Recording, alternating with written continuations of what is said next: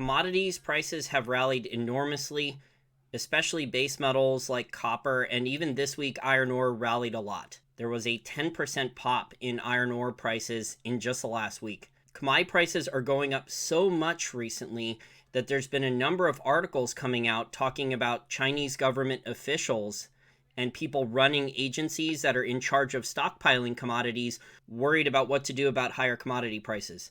Recently, with Chinese economic data, the producer price index rose even faster than China's inflation data. The producer price index was up the highest in the last couple of years, up over 6%.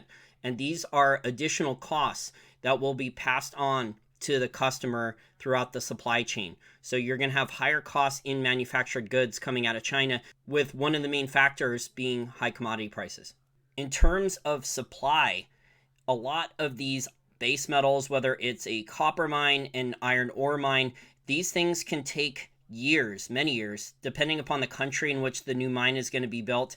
Now, if there's already a producing mine, getting a permit to expand the mill or expand the size of the mine around an existing mine is a lot easier than building a new mine from scratch. A new mine, depending upon which country it's going to be built in, with all the environmental permitting, the capital costs, all the economic studies, it can take between 5 and 10 years to bring a new mine online. That's not an expansion of an existing mine. So I think what some of these base metal producers, these base metal miners are going to do first is try to expand the existing mines, make investments into the existing mines to increase supply with these high base metal prices. And with the copper price, what you have in the last 12 months, you have the copper price going from about $2.33 a pound on May 15th, 2020, and it just closed at $4.65 a pound, and even higher than that in the last week or two. So the copper price has been making basically all-time highs almost every couple days, it seems like. The copper chart, the 1-year chart and the 6-month chart for the copper price are freaking nuts. But eventually more supply will come online, or the Chinese government can order, and there's a number of articles I'll put below the video in the information and description section. The Chinese government can order their government agencies to temporarily stop buying commodities. And if demand for some of these base metal commodities or food and energy commodities is ordered by the Chinese government to be cut, the commodity prices could potentially collapse in the coming quarters. So unfortunately, China is not normally transparent with what commodities are going to start stockpiling, which ones are going to stop buying. So I get asked this question all the time, how can you tell? Because if you could do this, you can make an enormous amount of money just trading commodities and front-running trades.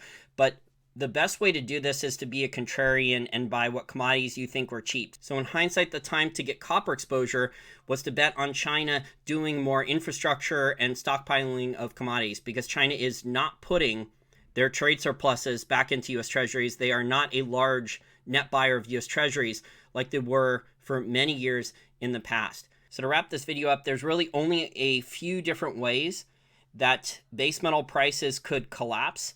One of those is if credit in China and the Chinese economy starts to drastically contract. There's a chart going around that the amount of credit inside the Chinese economy is starting to slow down. So that's something to watch. The other is if a lot more supply of copper, iron ore, base metals were to come online, and in the near future, say in the next 6 months or 12 months, that is unlikely. Even adding existing production to a producing mine could take 12, 18, 24 months, even getting some extra permits and making some upgrades. You're starting to see press releases now of a lot of copper and base metal miners make investments, reinvest profits into existing mines first, and then monitor the potential new mines that are going to be coming online in the next 3 to 5 years. Mines that already have their feasibility studies, already have permitting, maybe they're a low-cost mine. And in the Chinese government ordering their government agencies to stop stockpiling commodities at the pace that they've been stockpiling. Because for a lot of these commodities, China is a very, very large piece of the pie of the demand side equation. So if China decides that they want to cut back on their copper purchases because they've run the price up too much, the copper price could potentially crash. And you could see that with a lot of other base metal and industrial metals too. If China decides that they're going to stop buying, which There's hints of this. There's articles coming out this week saying metals rally falters with China cracking down on steel sector and what China can do to control record commodity prices. Those two articles will be below the video in the information and description section. But normally when base metal prices go parabolic, they don't go parabolic for a very long period of time. So we'll see what happens, but in the coming quarters, at these prices, at this copper price, a lot of new copper mines will be economic. So there will be capital raised if the copper price doesn't crash. If the copper price stays around these levels in the coming quarters, there will be more capital available to go and build new copper mines. And that additional supply, depending upon what the demand for copper is with infrastructure out of China, because I'm not a big believer that a lot of this copper demand is being driven by electric vehicles right now. I think a lot of it's being driven by China and Asia. And the Chinese government is not going to issue a press release saying, oh, by the way, we've just stopped our copper purchases for the next 6 months or 12 months. They're not going to do that.